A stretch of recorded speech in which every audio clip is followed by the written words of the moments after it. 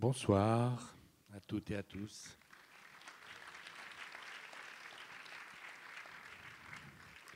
Et merci d'être là, si nombreux.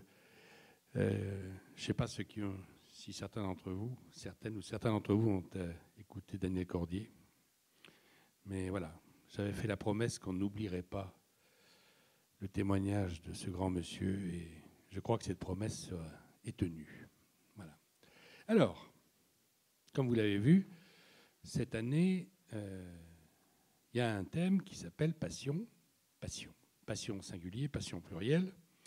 Et donc, forcément, il y a des rencontres sur la nature de la passion de façon générale.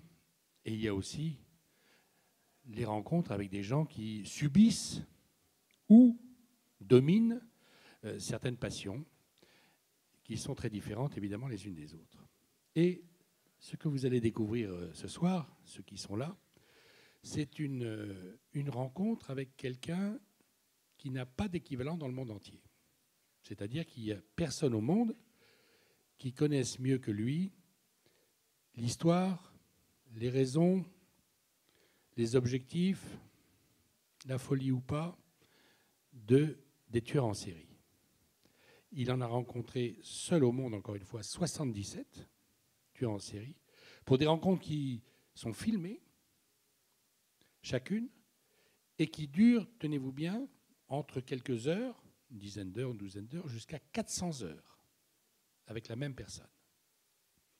C'est vous dire l'intensité de ce travail. Et la personne assez incroyable que vous allez découvrir, parce que pour faire ce travail-là, évidemment, il faut être fait d'un béton particulier. Donc, Stéphane Bourgoin, c'est son nom, peut-être certains d'entre vous, évidemment, le connaissent. Il a des sites à lui, et Facebook qui est extrêmement lui. Il me disait tout à l'heure qu'il y avait 30 000 consultations journalières sur son site. C'est dire qu'évidemment, beaucoup de gens s'intéressent à ce qu'il a fait, à ce qu'il a travaillé, y compris les sujets qu'il a travaillés, y compris évidemment des gens qui s'occupent en France du terrorisme, contre-terrorisme, et aussi évidemment des affaires criminelles, puisqu'il a été, dans sa carrière, récemment encore, professeur dans des écoles de gendarmerie pour le profilage des criminels. Voilà, je suis content que nous ayons cette rencontre, et j'espère que tous ceux qui s'intéressent au crime, sans être criminels pour autant, auront plaisir, évidemment. Ah, peut-être y a-t-il des criminels dans la salle qui veulent apprendre des choses. C'est le moment. Voilà, nous allons recevoir Stéphane Bourgoin, que je suis très content de vous faire rencontrer.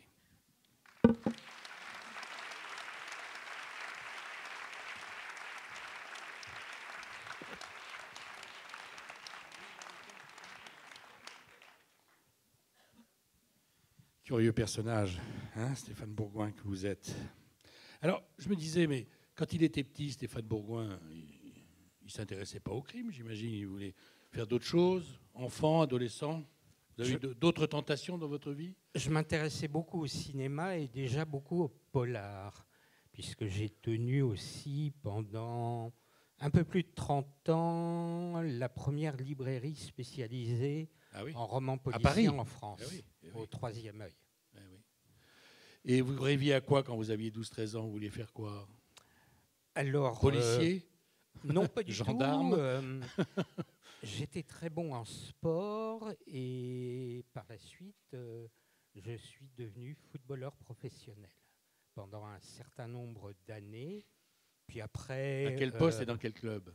J'ai joué essentiellement au Red Star et au Racing. Quel numéro?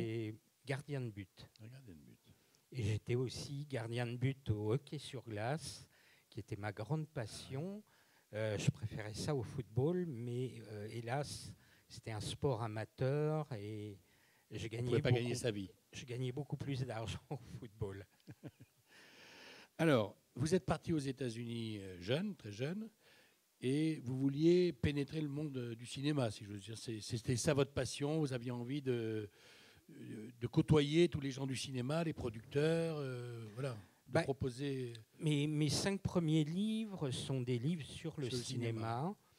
Et je suis encore associé à une société de distribution de films en DVD, où avec mon ami associé, on a sorti à peu près 400 longs métrages, dont j'ai fait beaucoup les bonus. Donc j'ai toujours été passionné par le cinéma. Et entre autres, je suis allé notamment à Los Angeles et aux États-Unis pour rencontrer un certain nombre de réalisateurs de films de série B, puisque un de mes premiers livres s'appelle Série B et a été préfacé par Patrick Brion, Monsieur Cinéma de minuit de France 3. Et donc j'allais interroger des metteurs en scène qui avaient fait quelquefois 300-400 longs métrages et qui n'avaient jamais été interrogés dans leur existence. Vous étiez déjà très curieux de nature, si j'ose dire. Hein. Parce que c'est une très bonne idée que d'aller voir des gens qui ont passé leur vie à faire des films, 300-400 films, qui n'ont rencontré aucun succès, que personne ne vient jamais voir, mais Bourgoin lui dit « j'ai envie de voir ces gens-là ». C'est un trait de caractère particulier. Oui, et puis c'était aussi par ma passion du cinéma, puisque moi je fréquentais à la fois la cinémathèque au Trocadéro et celle de la rue d'Ulm, où les places étaient encore à 1 franc et 1 centime. Ah oui. Parlez-nous du bon temps. Alors, vous allez à Los Angeles, donc faire les activités, et là il arrive un drame dans votre vie, un drame terrible. Un jour donc. Oui, c'est. Vous n'étiez pas là d'ailleurs.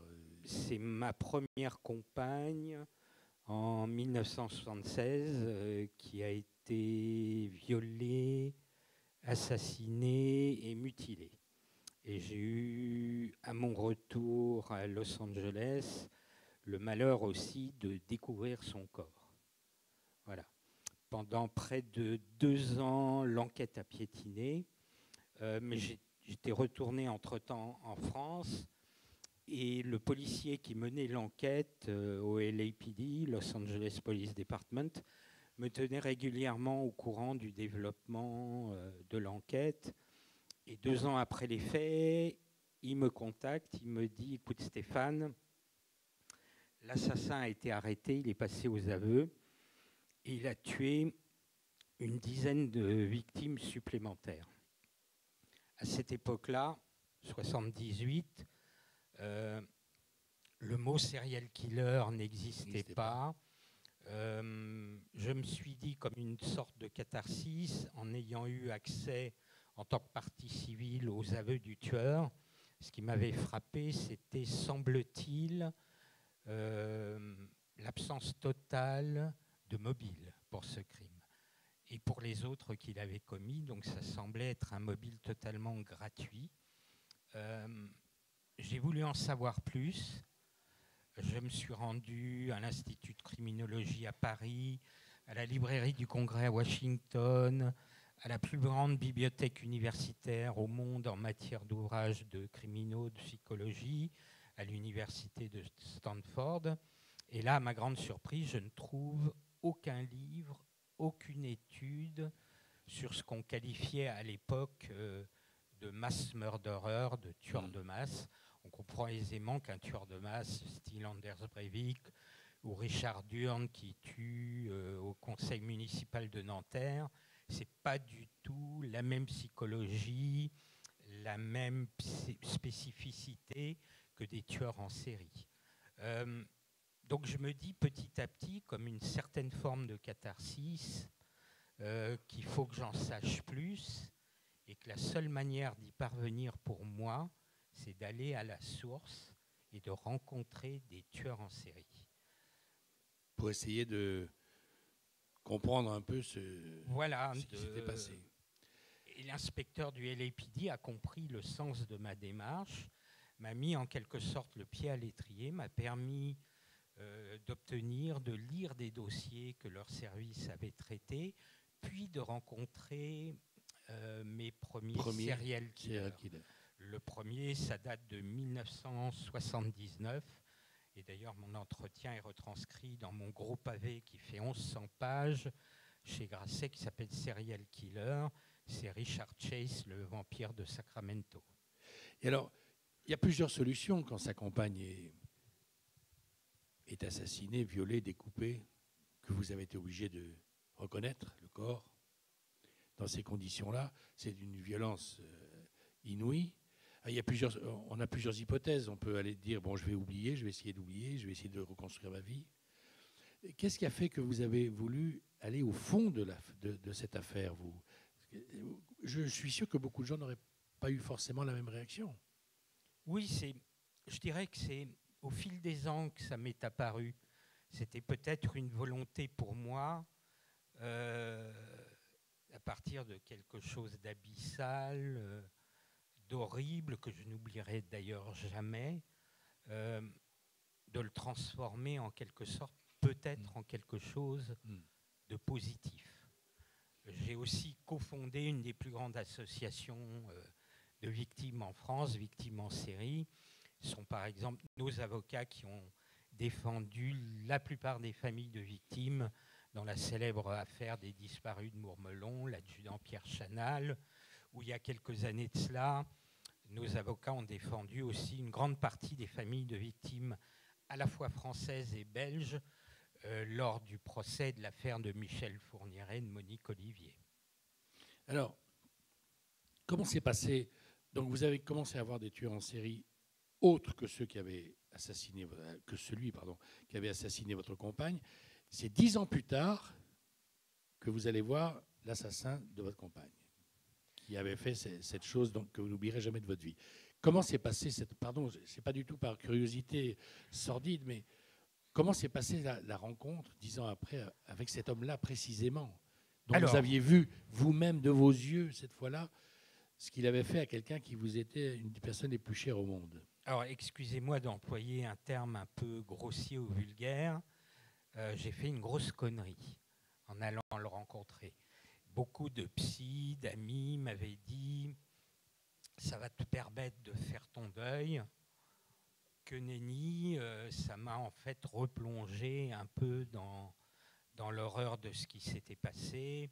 Et en fait, notre entretien a été rapidement terminé au bout de quelques heures à peine. Je n'ai pas pu gérer comme j'arrivais à le gérer avec d'autres. Et lui, quelle attitude avait-il envers vous? Alors, j'ignore puisque... Vous avez compris quelque chose en le rencontrant ou pas? Oui, j'ai compris. Ça faisait déjà 8 ans que j'interrogeais des tueurs en série. Et il faut comprendre que chaque rencontre est très différente. Hein. Je n'ai jamais rencontré, j'en ai interrogé 77, à la fois des hommes et des femmes, aussi bien au Japon, en Australie, au Brésil, en Amérique du Sud, aux États-Unis, en Afrique du Sud, aussi en France, en Allemagne. J'en ai jamais rencontré deux qui soient semblables. Ils sont tous très très différents les uns des autres. Alors, pourquoi accepte-t-il de vous voir? Parce que ça, je me suis toujours demandé, mais bon, qu'est-ce qui les pousse à accepter de rencontrer Stéphane Bourgoin, qui va forcément leur poser des questions qui ne leur plaisent pas toujours, et en plus être filmé? C'est quand même quelque chose d'assez particulier comme demande qui est la vôtre. Alors, certains acceptent d'être filmés, d'autres non. Oui. Parfois, l'administration pénitentiaire autorise la présence de caméras, d'autres fois non. Donc, c'est assez souvent différent. Pendant très longtemps, par exemple, le Texas, les couloirs de la mort, n'acceptaient pas la présence de caméras. Maintenant, ils l'acceptent. En Californie, autrefois, on pouvait filmer les entretiens. Maintenant, on ne le peut plus. Voilà. Donc, pourquoi ils acceptent? Déjà, tout dépend des pays, des États. Ils sont soit condamnés à la peine de mort ou soit condamnés à la perpétuité. Ils sont dans des prisons de très haute sécurité, donc ils reçoivent extrêmement peu de visites.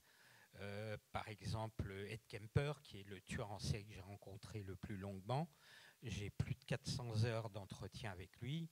C'est en quelque sorte le héros, entre guillemets, de la première saison de Mindhunter qui vient d'être diffusée par Netflix depuis le 13 octobre, réalisée et produite par Charlize Theron et David Fincher qui avaient fait Zodiac.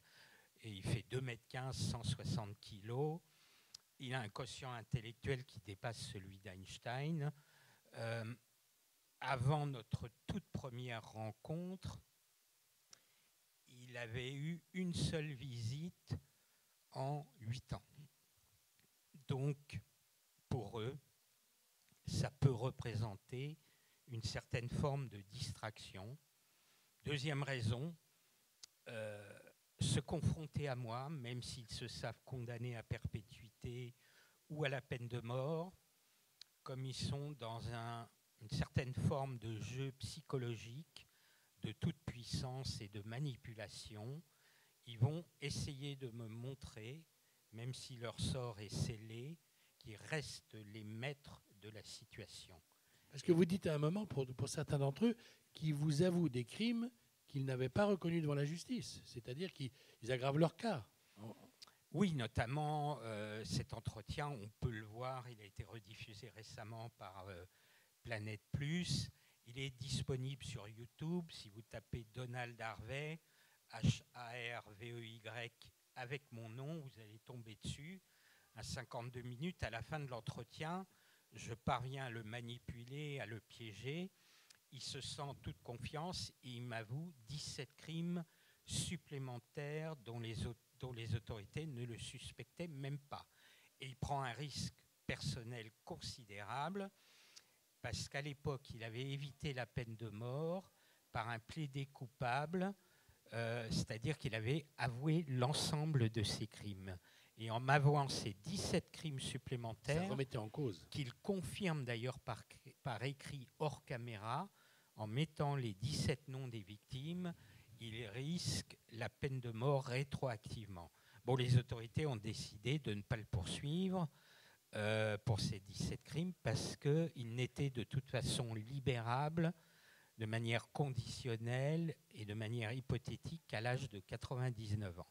Maintenant, le problème ne se pose pas, puisqu'en mars de cette année, il a été assassiné et piétiné à mort par un co-détenu.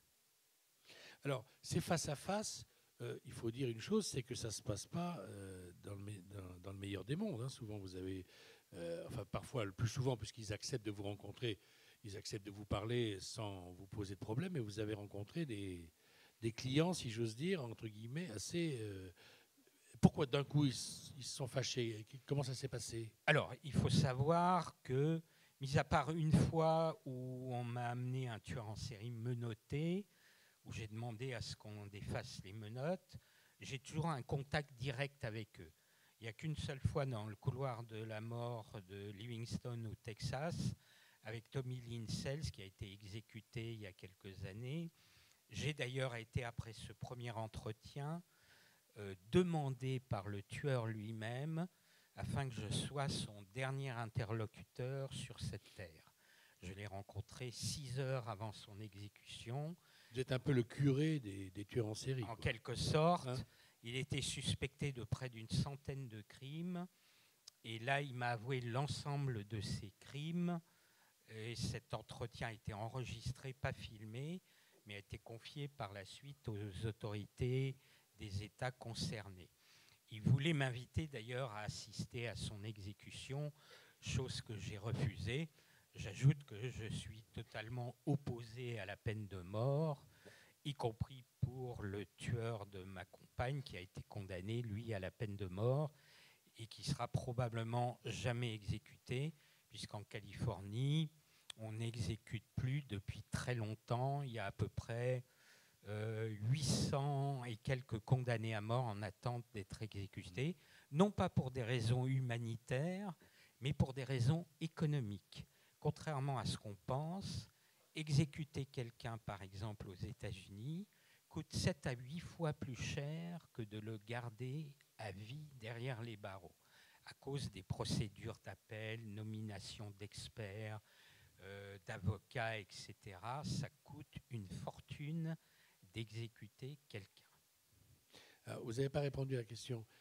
Quels ont été les face-à-face les plus... Alors, donc c'est toujours un contact direct avec ces tueurs. En règle générale, ça se passe très bien, Sauf par exemple Ed Kemper, les premiers jours d'entretien, on était séparés par une petite table assez étroite en face à face. Donc 2,15 m par rapport à mon 1,80 m, 160 kg. Lorsque je lui posais des questions qui ne lui plaisaient pas les 2 premiers jours, il se penchait par-dessus la table. Excusez-moi, j'en ris un peu maintenant, mais à l'époque, je riais pas trop. Il appuyait son nez contre le mien, il poussait un peu fortement et d'une voix caverneuse, il me disait « Stéphane, tu peux me répéter la question ?» Donc, c'était un peu impressionnant. Une autre fois, dans la prison de Sing Sing, j'ai volontairement mis en colère un tueur en série qui me racontait, qui répondait tout le temps à côté, qui me mentait visiblement.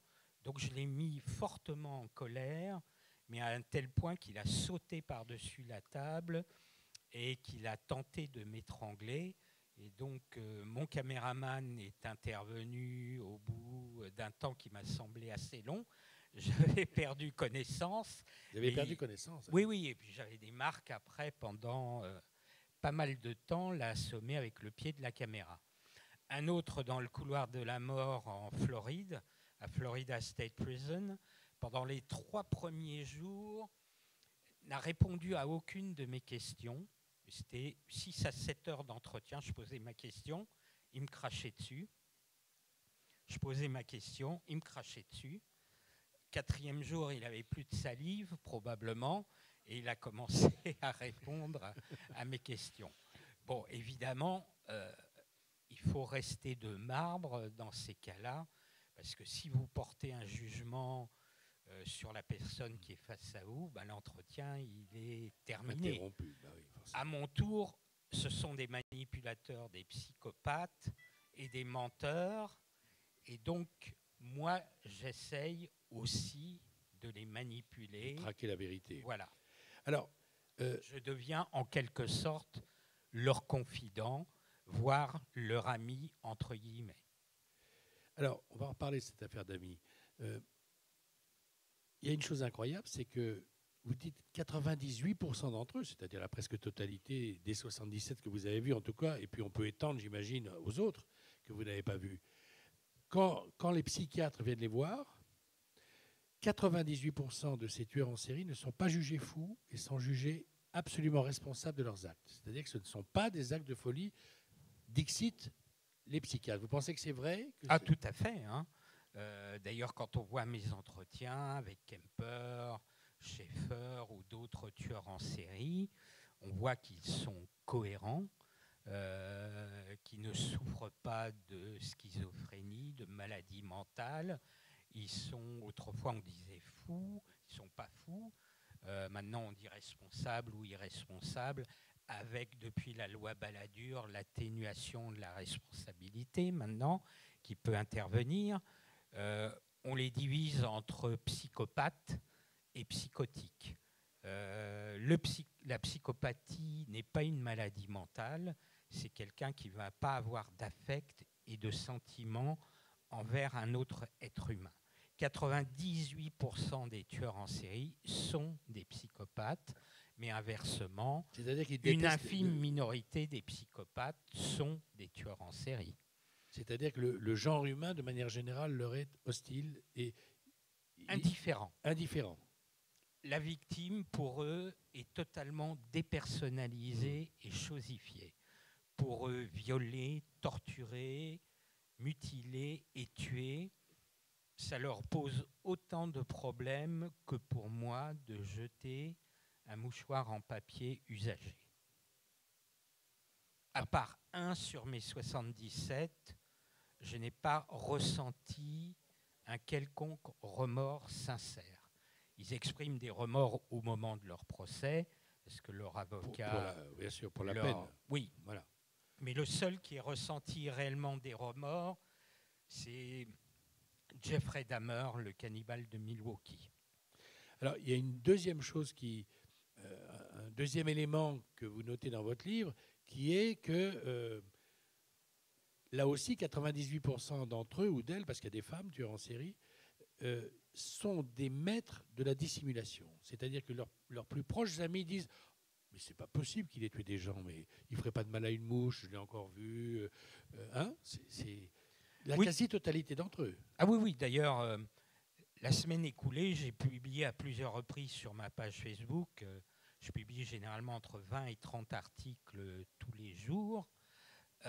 J'ai publié des photos, par exemple, où on voit le BTK Strangler, Denis Rader qui est en train de préparer l'arbre de Noël, de le décorer avec ses enfants.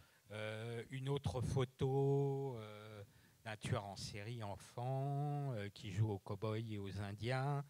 Un autre qui est parti avec un de ses enfants faire une partie de pêche alors qu'il avait déjà tué à ce moment-là une dizaine de victimes. Ils ont le masque de la normalité absolue. Ça peut être quelqu'un comme Guy Georges, le tueur de l'Est parisien. Dans ses interrogatoires, il indique qu'il passait une soirée avec sa compagne normalement, puis tout d'un coup, il sentait les pulsions monter en lui et il avait déjà toujours préparé ce qu'il appelle son kit du crime, son sac à dos où il y avait l'opinel, les liens prédécoupés, les sparadraps, et il partait, dit-il, à la chasse aux filles, jusqu'à ce qu'il croise une proie, là j'emploie ces termes exacts, qui le fasse flasher. Et alors, cette dissimulation-là, la question que je vous pose est la suivante. Est-ce qu'il se dissimule en se disant « parce que je veux tuer quelqu'un ou tuer plusieurs personnes, je vais faire semblant d'être quelqu'un » ou bien c'est l'attitude de quelqu'un qui peut passer d'un état à l'autre de manière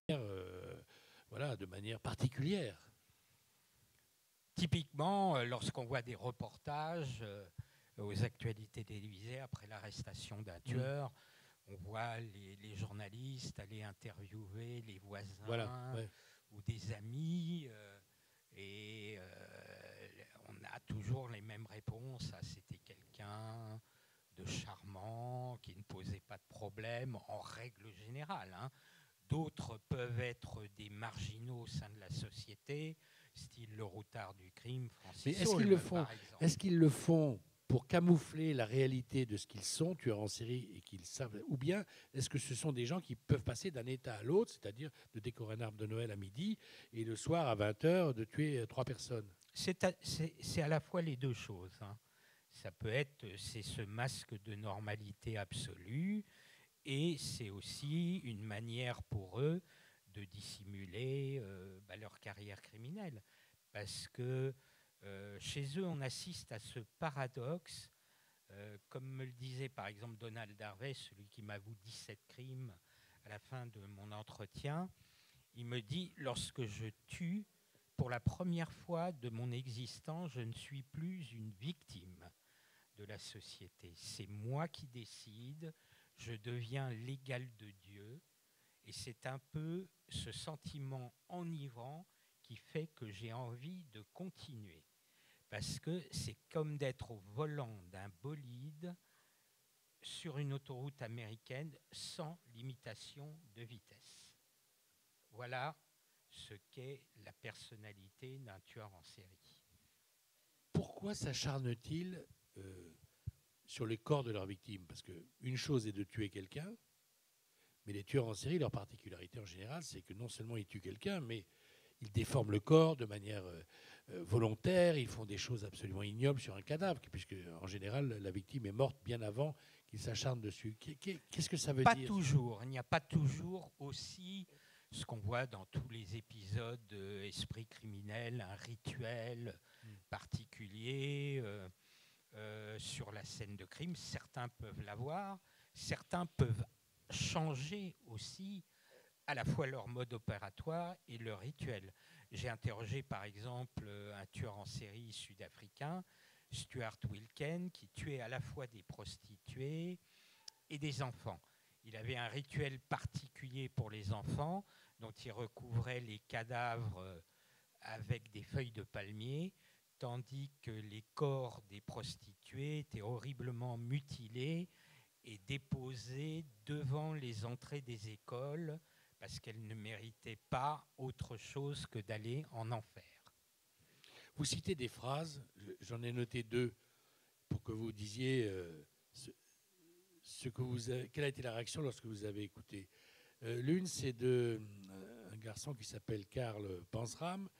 Je hais viscéralement cette putain de race humaine. Ce sont été les mots qui vous ont été dits. Et l'autre, Elliot Rodger, alors là c'est encore plus intéressant parce qu'il écrit « Je suis bouleversé à l'idée de passer à l'acte ». Donc on sent quelqu'un qui réfléchit de manière profonde et qui subit une espèce de volonté de retenue. Mais je ne peux pas faire autrement. Finalement, je n'ai pas le choix. La vengeance est mon unique voie. Je renverrai ma haine 1000 fois plus fortement que celle des femmes qui m'ont haï. Oui, d'ailleurs, ce sont des confessions extraites Oui. de mon nouvel ouvrage qui sort dans 10 jours, Moi, serial killer, où je publie les confessions et les autobiographies de tueurs en série, de tueurs de masse, assez dérangeantes parce qu'elles sont écrites à la première personne et que je vais recentrer dans leur carrière criminelle. N'oubliez pas que ce sont, comme on l'a dit, des psychopathes, des manipulateurs qui n'ont pas d'affect, qui peuvent être motivés par une vengeance parce que, en règle générale, dans 95% des cas, les tueurs en série et les tueuses en série ont été victimes d'abus physiques, psychologiques ou sexuels durant leur enfance. Familles déstructurées, abandons parentaux, généralement absence de figure paternelle, problèmes d'alcoolisme ou de drogue au sein de la cellule familiale, mais inversement, fort heureusement, vous avez des dizaines de milliers, voire des centaines de milliers d'enfants qui ont été maltraités, abandonnés, abusés, qui ne choisissent pas, j'emploie bien le terme de choisir, de devenir des délinquants, voire encore pire, des meurtriers ou des serial killers. Mais on retrouve cette enfance carencée et chez eux, il y a ce désir de vengeance aussi et de haine. Haine qui peut être une haine vis-à-vis de leur mère, vis-à-vis de la société, vis-à-vis des femmes qui les ont rejetées. Voilà. Alors, il y a aussi une caractéristique assez commune, c'est que, contrairement à ce qu'on pourrait penser, ces tueurs en série que vous avez vus sont des vedettes quelque part. Ils reçoivent du courrier, des demandes en mariage régulièrement. Beaucoup de gens voudraient les rencontrer. Des cercles autour d'eux en parlent en disant qu'est-ce qu'on aimerait le voir. Comment expliquer le fan club, on va dire, de ces meurtriers en série? Nombre d'entre eux sont demandés en mariage. Même des tueurs homosexuels ont des demandes de mariage de femmes qui vont leur écrire. Et c'est vrai que moi, j'arrive très bien à gérer mes entretiens avec les tueurs en série. Je sais que ça va paraître un peu curieux, mais moi, ça ne me pose aucun problème de les interroger. J'ai appris à le gérer. Comme moi aussi, je joue en quelque sorte un rôle, puisque je dois devenir leur ami, leur confident. Je les manipule, je vais leur mentir. Et de manière étrange, lorsque je mène ces entretiens, j'ai aussi parfois l'impression de me voir moi-même en train de mener ces entretiens, d'être quelqu'un d'autre. Bon, évidemment, c'est... Vous êtes sûr de ne pas être manipulé parfois? Ah si, oui, volontairement, quelquefois. Et je me laisse manipuler. D'autres fois, oui. Je vais vous donner un exemple très précis d'un tueur en série français. Je ne pourrais pas vous dire le nom puisque j'ai interrogé une dizaine de tueurs en série français. J'ai filmé ces entretiens, mais je n'ai pas le droit d'en faire état. Ça a été uniquement réservé à mes formations auprès des policiers, des magistrats, de l'administration pénitentiaire et surtout des gendarmes. Ce tueur en série français, parfois je savais qu'il me mentait, parce que j'avais eu accès à ses interrogatoires, à toutes les pièces du dossier, photos de scènes de crime, mais à d'autres fois, il m'était impossible de décrypter son regard. J'ai suivi des formations en PNL, neurolinguistique, donc j'ai appris à interpréter le comportement à la fois verbal, non verbal, des personnes qui sont face à moi. Mais là, j'arrivais pas. Par contre, j'avais placé 2 caméras. Une première qui nous prenait de profil et une seconde qui était au coin de la pièce, au ras du sol. Et le soir venu, lorsque j'ai visionné les rushs, je me suis rendu compte qu'à chaque fois que je savais qu'il me mentait, il tapotait comme ça 4-5 fois rapidement du pied avec ses baskets. Donc le lendemain, deuxième journée d'entretien, j'ai écarté nos chaises. J'avais un accès visuel à ses pieds. Et dès que je le voyais tapoter, et même si je ne savais pas qu'il mentait, je disais, écoute, hier, je t'ai laissé faire. Maintenant, c'est fini. Je lis dans ton regard que tu es en train de me mentir. Je ne disais rien du tout, je le voyais taper du pied. Et je lui dis, si tu continues comme ça à me mentir, j'arrête l'entretien, c'est fini, je quitte la pièce. Je vous ai regardé vos pieds pendant que vous disiez ça. Et ils ne bougeaient pas, donc on va vous croire. D'ailleurs, j'ai des chaussures oui, c'est pas n'importe quelle avec chaussure. le dragon rouge d'Hannibal Lecter. Et oui, je me disais que ces chaussures étaient particulières. Oui. Faut avoir un petit peu d'humour dans un monde forcément très macabre. Est-ce que ça sert à quelque chose ce que vous faites? Est-ce que vous avez l'impression d'être utile? Parce qu'on peut se demander pourquoi vous faites tout ça au bout du compte. Est-ce qu'il y a une utilité? Parce que c'est ce que vous avez dit tout à l'heure. J'ai voulu transformer, d'avoir été brisé par un tueur en série, de continuer dans cette affaire-là pour transformer mon drame personnel et en faire quelque chose d'utile. Quelle est l'utilité de ce que vous faites? L'utilité, moi j'ai été contacté par les autorités, par le FBI, puisque j'ai suivi la formation 1 an à Quantico. J'expliquerai peut-être tout à l'heure comment. J'ai été contacté par la gendarmerie qui m'a demandé de venir former leurs officiers au Centre national de formation de police judiciaire, à l'école de la gendarmerie nationale à Fontainebleau, etc. J'ai fait ça pendant une 12aine d'années. Comme je le disais, chaque tueur en série est unique. Et pour les tueurs en série masculins notamment, l'assassin et sa victime ne se connaissent pas. Donc il n'y a pas de mobile apparent. Le mobile, il faut aller le chercher dans la tête du tueur. Et la seule façon de comprendre comment fonctionne leur psychologie, comment ils ont prémédité leurs crimes, comment ils ont approché les victimes, pourquoi ils ont agi de telle manière, pourquoi entre le 3e et le 7e crime, il y a telle ou telle différence. Tout ça, ça intéresse beaucoup les autorités et notamment ce qu'on voit dans la série Mindhunter sur le début du profilage au sein du FBI en 1977, quand ils commencent à interroger 36 tueurs en série américains, ils élaborent ensuite une base de données informatique qui s'appelle le VCAP et qui a permis aux États-Unis de rapprocher des crimes qui étaient isolés par le passé. En France, on a la même chose, ça s'appelle le SALVAC. C'est commun à la police et à la gendarmerie. Tout enquêteur dans n'importe quelle région, pour un crime élucidé ou non, une disparition inquiétante, un viol, est tenu de remplir ce questionnaire. Il y a à peu près 160 questions. Il est ensuite nourri dans une base de données.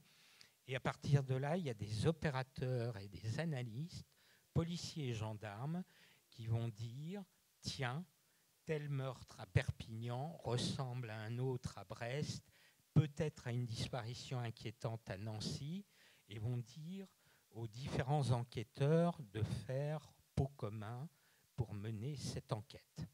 Donc, ça a permis aussi la formation de ces fameux profilers qu'on voit dans Mindhunter, qu'on voit de manière un peu fantaisiste, même très fantaisiste dans Esprit criminel, ou dans, par exemple, Le silence des agneaux. Et en France, on a nos propres profilers qui s'appellent des analystes comportementaux. Il y en a un certain nombre au sein de la police qui sont rattachés des psychologues au sein des différentes PJ. Et au sein de la gendarmerie nationale, c'est institutionnalisé depuis quelques années. Il y a 13 psychologues et gendarmes qui travaillent au département des sciences du comportement, qui sont des analystes comportementaux. Et je dirais que celle qui dirige cette unité, Marie-Laure Brunel, est une ancienne fan et lectrice de mes bouquins. Vous savez faire votre pub, hein, en tout cas. Votre voyage aux États-Unis a été efficace. Les tueurs en série femmes, il y a une différence avec les hommes ou... Une très grosse différence. Très grosse différence. Elles sont à peu près 12 à 15%. Si les hommes tueurs en série assassinent des victimes qui leur sont inconnues, comme je l'ai dit, très rarement les serial killers masculins vont utiliser une arme à feu. Alors que les homicides, en général, à travers le monde, c'est à plus de 80% avec une arme à feu. Eux, ils ont besoin, comme il y a ce désir de toute puissance et de contrôle, d'avoir ce contact intime avec la victime. Pour les tueuses en série, il y en a 3 catégories. Ce qu'on appelle les veuves noires qui vont tuer leurs compagnons, leurs maris successivement. Les infirmières de la mort, comme Christine Malèvre, ou du personnel dans des établissements gériatriques, comme cette personne qui a été jugée il y a peu de temps à Chambéry, ou encore des mères infanticides en série. Et évidemment, je ne tiens pas compte ni des dénis de grossesse, ni des néonaticides. Donc, comme on le constate, pour les tueuses en série, la victime et la meurtrière sont toujours dans un entourage proche, lieu de travail ou domicile. Famille. Et elles vont utiliser des moyens plus insidieux pour tuer, plus cachés, l'injection létale, le poison, enfin, je veux dire, oui, l'asphyxie, la strangulation. Si bien que, avec tous mes amis policiers, magistrats, psychologues, on estime qu'un certain nombre de tueuses en série n'ont probablement pas été détectées, notamment dans le cas de meurtrières en série de leurs propres enfants. Est-ce qu'il vous est arrivé, et bougez pas les pieds, d'être ami avec un tueur en série? Non, jamais. Ou proche? Ami, c'est beaucoup. Proche. C'est-à-dire, vous l'avez tellement bien compris que, voilà, il s'est passé quelque chose entre vous, ou bien il a une influence sur vous. Alors, eux pensent qu'après, je suis devenu en quelque sorte leur ami, entre guillemets. Ils ont envie de poursuivre cette relation, donc ils vont m'écrire, mais moi, je n'ai absolument pas envie de poursuivre cette relation. Par contre, lors de 2 entretiens notamment, de 2 tueurs en série dont je parlais tout à l'heure, Tommy Linsels, où j'étais son dernier interlocuteur, et ce tueur en série sud-africain, Stuart Wilken, qui était à la fois nécrophile, pédophile et cannibale, lorsqu'ils m'ont raconté leur enfance, je vous avouerai que très sincèrement, j'ai craqué et j'ai pleuré, parce que leur enfance a été absolument abominable. L'un d'entre eux était loué par sa mère à des voisins pédophiles, l'autre se faisait brûler les parties génitales par son père, était obligé de partager l'écuelle des chiens, puis lorsque des voisins ont dénoncé les maltraitances, qui s'est retrouvé dans un établissement religieux en Afrique du Sud, le diacre l'a violé à répétition. Donc j'ai eu pitié de l'enfant qui avait subi ces maltraitances, mais absolument pas la moindre empathie ni pitié pour l'adulte qui était devenu tueur en série. Est-ce que la nuit, vous rêvez de tout ça? Est-ce que ça vous préoccupe? Est-ce que vous êtes angoissé?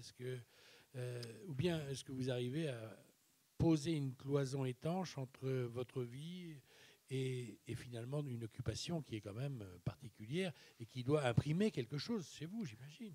J'y consacre entre l'écriture, les conférences.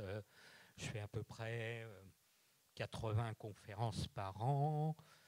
Beaucoup de reportages. J'ai fait les tout premiers reportages de la télévision française sur les tueurs en série qui datent de 1990, à l'époque pour France 3. J'ai appris à le gérer. Il faut savoir qu'après les entretiens, qui sont stressants, vous êtes continuellement sur le fil du rasoir, vous avez peur de fermer la porte de communication parce que vous avez employé un terme qui va peut-être choquer l'individu qui est face à vous. Si je vois que quand j'emploie le mot meurtre, je vais rétro-pédaler et dans la phrase suivante ou ma question suivante, employer le terme d'acte. Donc après les entretiens, je suis un peu épuisé. Alors quelquefois, ça peut être 10-15 jours consécutifs. Comme je suis très épuisé, fatigué, je dors très bien. Et le fait peut-être d'en parler, comme avec vous ce soir, d'écrire des livres, de faire des reportages, ça m'a permis jusqu'à présent de mettre les choses à distance. Et fort heureusement, j'ai beaucoup d'autres passions. J'ai toujours eu des chats. Je me suis toujours occupé de mon jardin potager. Et je suis passionné de cuisine. Tous les voisins diront de vous que vous êtes un type formidable et que... On dirait jamais que ce garçon a vu des tueurs en série. Ah bah et non, d'ailleurs, je suis bien meilleur en cuisine que je ne le suis en tueur en série. Et je devais avoir ma propre émission de cuisine à la télévision, mais le patron de Canal+, Vincent Bolloré, a supprimé la chaîne Cuisine TV parce que je devais y avoir ma propre émission de cuisine. Mais il a peut-être eu peur que dans son bâtiment, vous fassiez quelques... Juste un dernier mot, parce que vous pourrez poser des questions ensuite. On aura un quart d'heure. Juste, quand on vous demande, quelqu'un qui ne vous connaît pas, qu'est-ce que vous faites dans la vie, Bourgoin? Qu'est-ce que vous dites? Et je m'occupe des... Oui, je ne suis pas profiler, Ouais, je ne suis pas analyste comportemental, je ne suis pas policier, ni gendarme, ni magistrat. Je dis spécialiste des tueurs en série. Voilà. Un mot encore. Est-ce que vous êtes professionnellement, je dis, intéressé et compétent pour ce qui concerne les carnages qui ont été faits par des tueurs en France ces derniers mois? Je pense. Les actes de terrorisme, oui. Non, c'est quelque chose qui est très très différent. Ça n'a rien à voir. Non, leurs motivations sont tout à fait différentes. Je m'occupe aussi, et je travaille aussi beaucoup sur les tueurs de masse, c'est-à-dire les tueries dans les écoles, les universités, ou les tueries sur le lieu de travail, notamment aux États-Unis, pas plus tard qu'hier, et encore avec la tuerie de Las Vegas.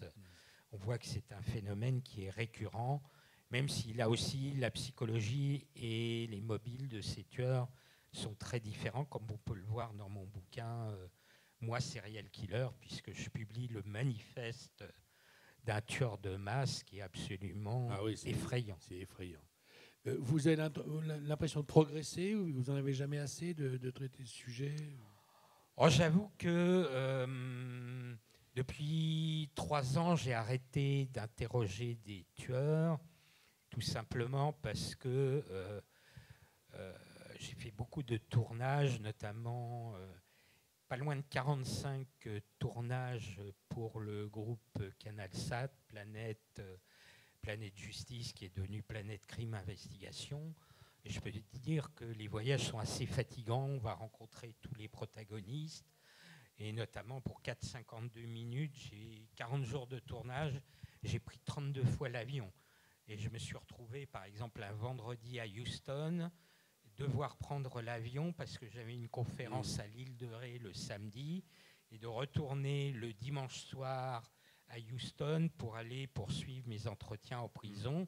Et le week-end d'après, j'étais à Nashville, en prison et le lendemain, je devais aller à Vichy pour tenir une conférence et retourner ensuite à Nashville. Oui. Donc à partir de l'an prochain, je devrais à nouveau recommencer. Là pour le moment, je démarre un petit peu sur quelque chose qui est nouveau.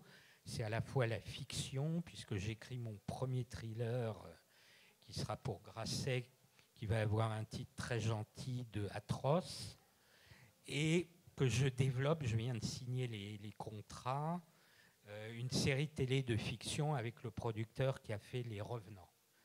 Donc ça devrait être une série américaine qui est basée sur mes enquêtes et sur ma vie personnelle.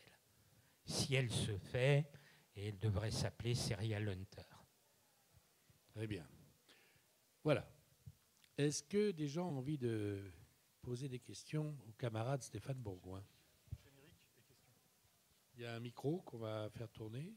Madame, ici. D'abord générique et questions. Ah, pardon.